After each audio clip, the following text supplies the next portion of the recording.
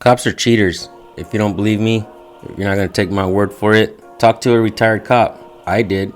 I talked to a retired cop who basically explained to me that the locker room talk was of him being a fag if he didn't cheat on his wife. They'd go to bars and hang out, and he said he started off a good cop, and all the locker room talk got to him until he finally started cheating on his wife just to make the other guys proud, which to me is probably a lie as well. I'm sure he was trying to make his pee-pee happy as well.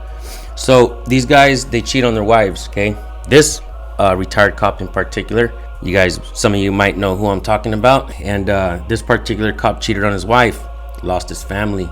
The girl he ended up falling in love with turned out to be a piece of shit, from my understanding. She was passed around by a lot of different cops, not just in his department, but neighboring departments as well. And one of the things that made him sick was that she liked guys that looked exactly like him. Buff, tattoos, blonde hair, blue eyes. He said that when he finally caught her, he would see all these guys that she was hooking up with, and they all looked like him. That is some sick and twisted ass shit.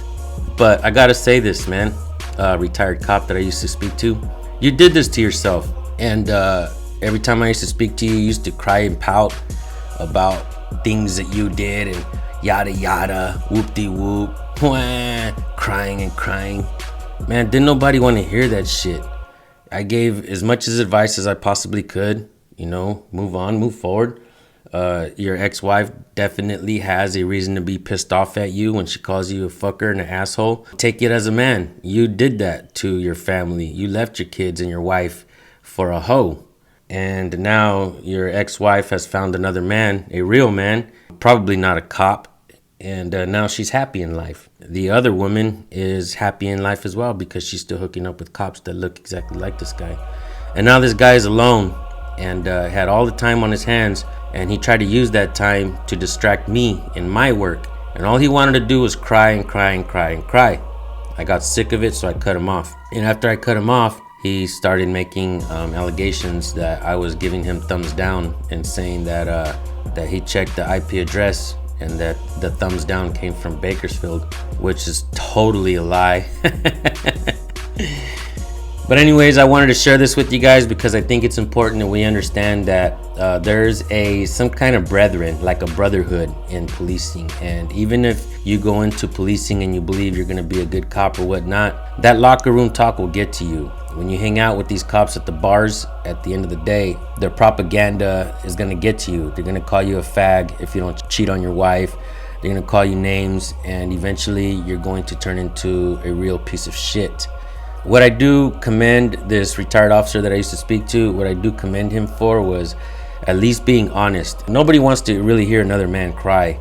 Believe me, I've had a lot of issues in my life and I do my best not to cry. A lot of people used to say, damn bro, with everything you're dealing with, it's amazing you don't cry. But this man, he had no quarrels, he had no issues with crying on another man's shoulder. And I was a little bit embarrassed for him, and I wanted to slap him like the Godfather and say, fucking snap out of it, wake up, pow. But I couldn't really do that over the phone. But I did give him a wake-up call by letting him know that a real family man will keep his wife and not cheat on her and not hit her or treat her like shit.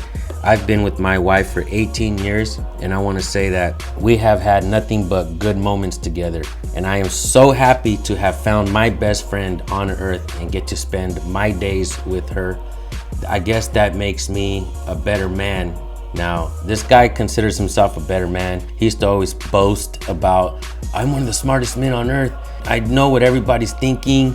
I know what everybody's doing, and I'm gonna decipher and break down everything about all the auditors. And he used to kind of kiss my ass and say, you're the best and all this and that. And I knew he was bullshitting, and I don't even believe I'm the best. So how is somebody else gonna believe it? Come on, man. Nevertheless, I wanted to share this with you guys because it's fun to do this.